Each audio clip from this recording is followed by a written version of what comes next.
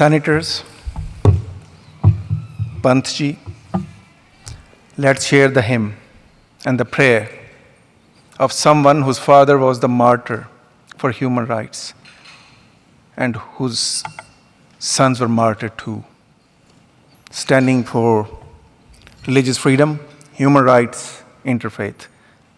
Vaheguru Ji ka Khalsa, Vaheguru Ji ki Fateh. Senators, I'm really impressed of what I've heard from you. I speak on the UN platforms. I speak often at the US Congress, but I have never seen the courage which I have seen in you. Thank you very much for that, for standing with this community who is a stateless nation, who have been oppressed and have been voiceless for 40 years. And specifically in this time and age of transnational repression, whom you may call foreign intervention, thank you for standing by this community. I stand here on this podium. I make a lot of speeches, but today I stand here as someone who has witnessed this genocide. Your minister has given her age, I want to give it too. I was born in 1980, so people would say you was just 4-year-old when this genocide was committed. How have you witnessed it? My dear fellows, I want to tell you it was 1984 when it was started. It did not end in 1984. I'm talking about 1995. When I was 15-year-old, my family used to live in Lahore, which is a neighboring city of Indian Punjab. And those days during the monsoon season, there used to come the floods in the river Ravi. And with these eyes, I have seen many of the young Sikh youths tortured and dumped disceremoniously in the river Ravi. And the floods not only brought water from India, but the dead bodies of the tortured Sikh youth. Nobody was there to cremate them. I have never seen such an atrocity against humanity, which I have seen with my eyes. And I will never forget that. And that stays with me. That's the trauma of my life. Hence, despite being a Muslim who was born on the other side of the border, I have this passion to work, to advocate, and to talk about the Sikh genocide. So this narrative should change that it was 1984. It started in 1984. This was a decade-long genocide, which still continues in the shape of transnational repression, in the assassination of those who advocate for the Sikh rights. I will go to my presentation. So I would try to map what is genocide and how, by looking at the UN conventions, we map the Sikh genocide. So genocide, as many of you would know, was coined by Raphael Lemkin in the days of Holocaust, which is from two words, geno and side, race and killing. Killing of a race is called genocide. Now, I have tried to tell people the Sikhs are not only a religion, but they are a race too, because most of you come from Punjab, so you share the race as well. Now, when we look at the UN conventions about the genocide and prevention of it, the Article 2 of the UN Convention clarifies what is a genocide. So it says genocide is any of the following acts committed with intent to destroy in whole or in part a national, ethnical, racial, or religious group as such by killing members of the group, causing seriously bodily harms, inflicting on group conditions of life calculated to bring about physical destruction, imposing measure intended to prevent birth within that group, or forcibly transforming children of group to another group. Now, looking at this definition of genocide, this is the textbook definition of the Sikh genocide. Many people have been misphrasing it. People have been saying this was rioting. Somebody was saying this was violence against Sikh. Even my first presentation, which I really applaud, was a wonderful effort, says anti-Sikh violence. When you look at international context and in the context of genocide, every word has different meaning. Every word you associate with this have different implications when it comes to foreign policy or holding people to accountability. In the international structures, we have atrocity crimes, we have crimes against humanity, and we have genocide. But looking at this convention's very simple definition of genocide, it was indeed genocide. And every Sikh in the world should refer it as genocide, not as pogrom, not as anti-Sikh writing or anti-Sikh program. Now, sometimes people attribute this to the killing of Indira Gandhi. For the young people also, and everyone sitting in the hall, please note, anything which happens all of a sudden due to an event could be anything but not a genocide. If what happened with the Sikh was just something related to death of a prime minister of a country, then it's not genocide. It's just what the party opposite is saying. Because when you're going to talk to these parliamentarians, when you're going to take it to the UN, they're going to ask you, if it was genocide and was a result of a death of a person, then it wasn't a genocide, because genocide has different stages. And the genocide will have to be planned well in advance. So my next slide is actually on these 8 stages of genocide, as we study in the genocidal studies. So, what are these stages? These are classification, symbolization, dehumanization, organization, polarization, preparation, extermination, and denial. So these 8 stages are what constitute a genocide. So whenever you talk about it, take this stance out that if Indira wasn't dead, Sikh genocide was well planned, and we all know that.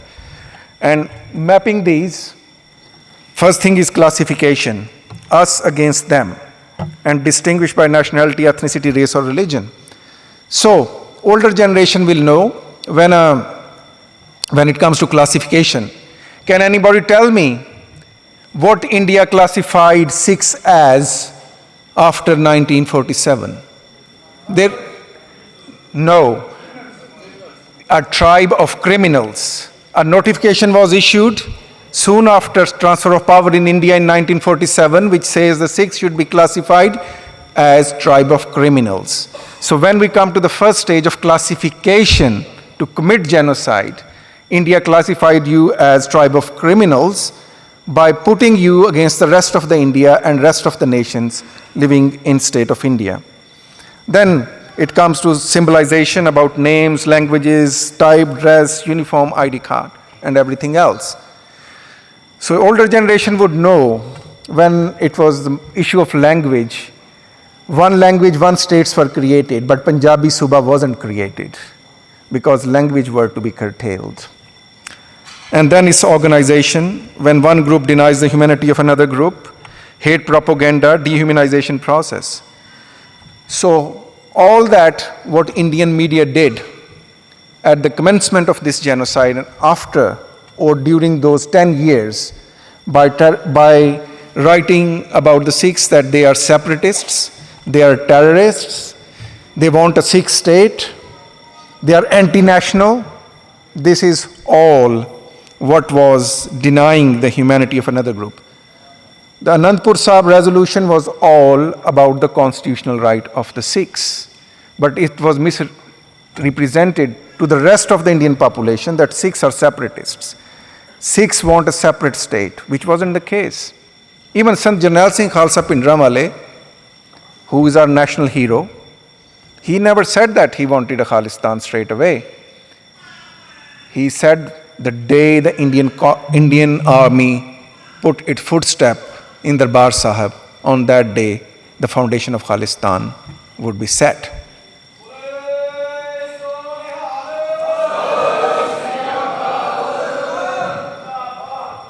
Another thing what you need to understand is genocide is not an individual's act. It is a group crime.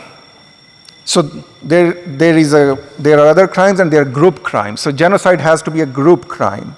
So looking at this definition of group crime, the way the mobs attacked the Sikhs, the way the Hindu mobs used the transport, the way the Hindu mobs had access to the lists and everything else for the Sikhs.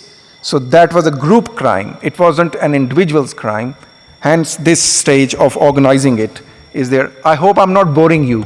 This is not usually how I speak in my presentations. This is a very technical stuff.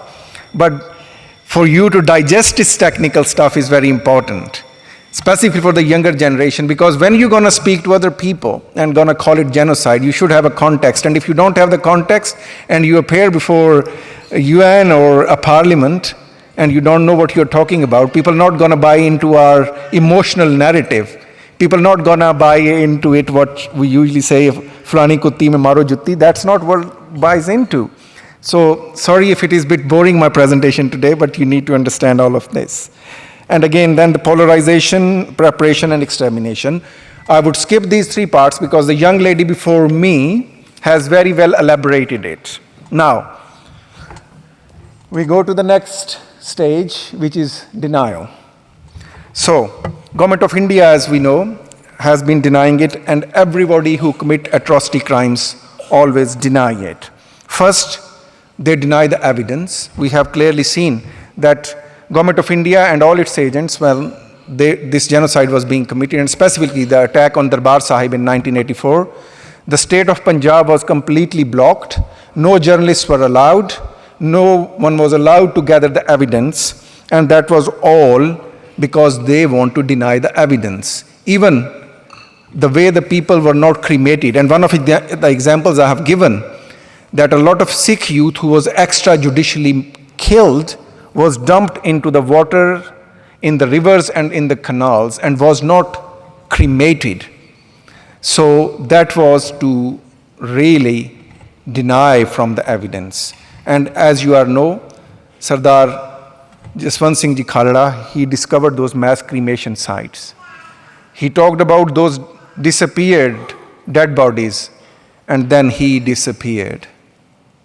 But, my dear young fellows, after Sardar Khalda disappeared, no other Sikh has disappeared. So we should remember those Sikhs who have given their life to collect and gather that evidence. And then obviously attack on the truth tellers. That is also part of denial of genocide. This is what Government of India is consistently doing. It is attacking all truth tellers, including myself. And what we have recently seen, transnational repression, where you have Pai Nijar being martyred in Canada, Paramjit Singh Panj were martyred in Lahore, and threats to other people who talk about the truth. So all that is attacking them.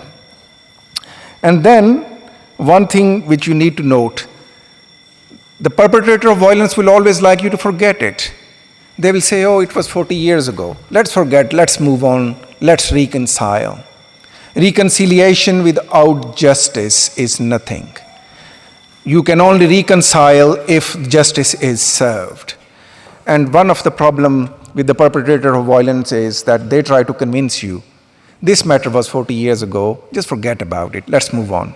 But for the Sikhs, it's not a matter to move on, because it's not only the Sikh genocide which happened on this earth, someone else's genocide happened as well. And you know what they have adopted? Never again. So Sikhs have to fight for the justice. Sikhs have to take this approach that we will hold the perpetrator of violence to accountability. Now, again, I had some graphics which might be very, very challenging for some of you, so discretion of the audience is requested. So this is how the Sikh genocide looks like. This is how people were burnt alive. This is how the dead body was scattered. And that's Akal Takht Sahib in June 1984. And you can see people being burnt alive. Women were raped. People were burnt alive. And, you know, when we talk about the Wild West, and when we talk about Australia, you know what they used to do? While they were committing the genocide of the local natives here, they used to take the scalp Same thing happened in 1984 at the streets of Delhi. They were scalped. Their hairs were taken, and their sanctity was compromised. Now, there is a recognition of the Sikh genocide as well. So this is the part for the members of this house to consider. So, for the last 10 years, in collaboration with the American Sikh Caucus, we have been working with the state assemblies and the US Congress to get the Sikh genocide recognized. So this is one of the resolutions text, because now we have state of California, state of Texas, state of Pennsylvania. They have passed the resolutions to recognize the Sikh genocide. And I'm very delighted to share that 2 weeks ago, Congressman David Valadao, who's a friend of mine, and Congressman Jim Costa, whom I worked over the years, they have introduced a resolution at the US House of Representatives, which is US Congress, to recognize the Sikh genocide. It was a long, tiring journey of 10 years, and it matters a lot that at the 40th commemoration of the Sikh genocide, that has been introduced in the US Parliament. May I request all of you, the Australian Sikhs, that you should contact your member parliament, your senators, your members, and ask them you want a similar resolution to come in the Australian Parliament to recognize the Sikh genocide. This is the first stage towards our right to self-determination. And this genocide, as I said, hasn't stopped. Now, this is the new shape of this genocide, where you have what the Americans call transnational repression, which Australians and UK people may say it's foreign intervention. So transnational repression is the new shape of these atrocity crimes, where I have already said that Pai Nijar has been martyred in Canada, Paramjit Singh Panjwad was martyred in Pakistan. There are threats to life as well elsewhere.